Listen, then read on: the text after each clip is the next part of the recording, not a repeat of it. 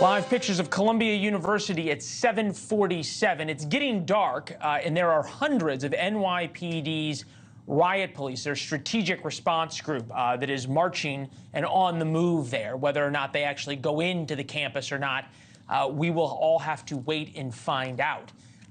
Obviously, the pictures you're seeing on the screen represent a big problem for Joe Biden. He's caught between what he wants to do in talking about these things and the political left and the political center and an ever closer November 5th. He desperately needs a ceasefire in Israel to take the pressure off his re-election bid. Live pictures of Tel Aviv, where the protests have terrified the Israelis. This is Jerusalem, pushing them not to make a deal despite pressure from Joe Biden. The Israelis are terrified about American support because of Joe Biden, because of the protests. And the protests also emboldens Hamas. They're the ones who took the hostages. Hamas only wants to keep the hostages longer and hold out for a better and better deal. After all, Hamas now has big support on American campuses. With that, we bring in Scott Trainer, our good friend and head of data science at our partners Decision Desk HQ, and Kurt Bardella. He's got a long resume, but it's not in the teleprompter, so I'm not reading it. NewsNation contributor, good to see you as always.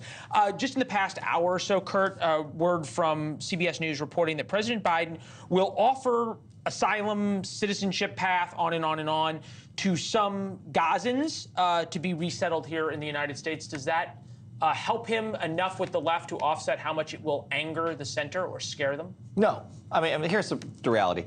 There is nothing at this point that realistically President Biden can do that will appease the left, which is why I think he should stop trying to even do that. It's a fool's errand. No matter what you do, it's never going to be enough for them. So stop worrying about them. Trust the fact that by the time we get to November, they will come back home, because nothing has a more motivating impact on the left than Donald Trump's name on a ballot, in my opinion.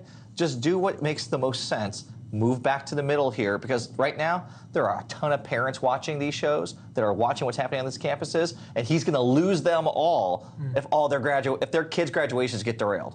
Yeah, we're going to keep the live pictures up just so we see what's happening, and hopefully get whoever it is standing in front of our camera out of the way. Polling on this, Scott, do you favor or oppose a permanent ceasefire in Gaza? Favor 70%, oppose 30%. Would you favor or oppose that ceasefire if it meant that Hamas was allowed to continue to hold hostages and Hamas were to continue to run Gaza? It flips now. Oppose 68%, favor 32%. How read in are Americans, for lack of a better term, on the nuances of these things? Well, to answer your question, somewhat. They have opinion, right? There are a lot of issues where you might have 20 to 30% of the people say they don't even have an opinion on that. Clearly they do on this. The one number that's not on your screen that I'd like to point out, when we look at all polls, whether it's right-leaning polls, left-leaning polls, nonpartisan polls, our own polls we do here at NewsNation, this issue doesn't rank in the top 5. The number one issue is the thing we've always been talking about the last couple of years, inflation in the economy. So when the voters look at this, unless you're a very core Democratic voter, you're like, what are we talking about here? Hold on. I understand when they look at Israel and Gaza and the nuance of how many hostages come home and everything else, although I think, Americans held hostage is still a thing, but I digress. Thanks for watching. Go to joinnn.com to find NewsNation on your television provider. And don't forget to click the red subscribe button below to get more of NewsNation's fact-driven, unbiased coverage.